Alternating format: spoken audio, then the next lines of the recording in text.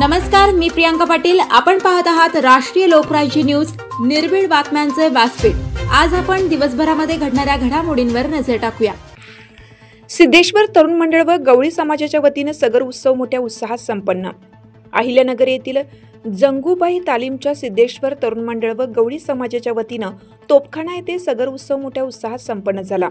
अहिल्यानगर, भिंगार, सरजेपुरा, तोपखाना, परशा खुंट, गवळीवाडा आदी ठिकाणचे गवळी समाज बांधव आपल्या म्हशी पशुधनासह आले होते। यावेळी त्यांनी आपल्या म्हशींना सजवून आणलं होतं। सिद्धेश्वर तरुण मंडळाच्या वतीने यावेळी गवळी बांधवांचा टोपी, उपकरणे घालून गुलाल लावून व स्टीलची बादली भेट देण्यात आली।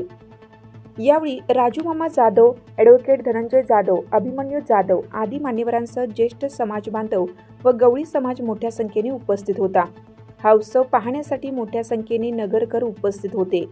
संबोधी विद्यालय ते सिद्धिबाग कॉर्नर या ठिकाणी आलेल्या पशुपालकांनी आपली म्हशी पळवल्या।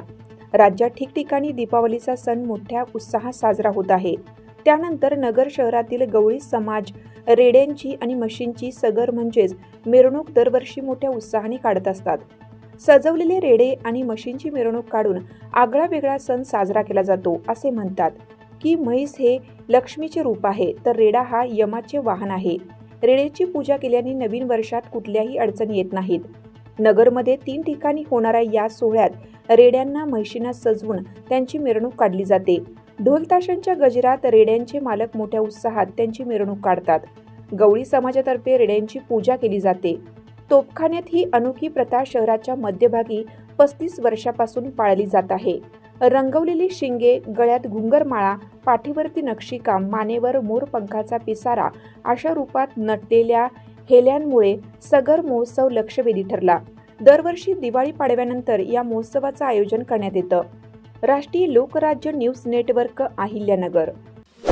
ताज्या बातम्यांसाठी आणि अपडेट्ससाठी राष्ट्रीय लोकराज्य न्यूज चॅनलला सबस्क्राईब करा, तसेच लाईक आणि शेअर करा।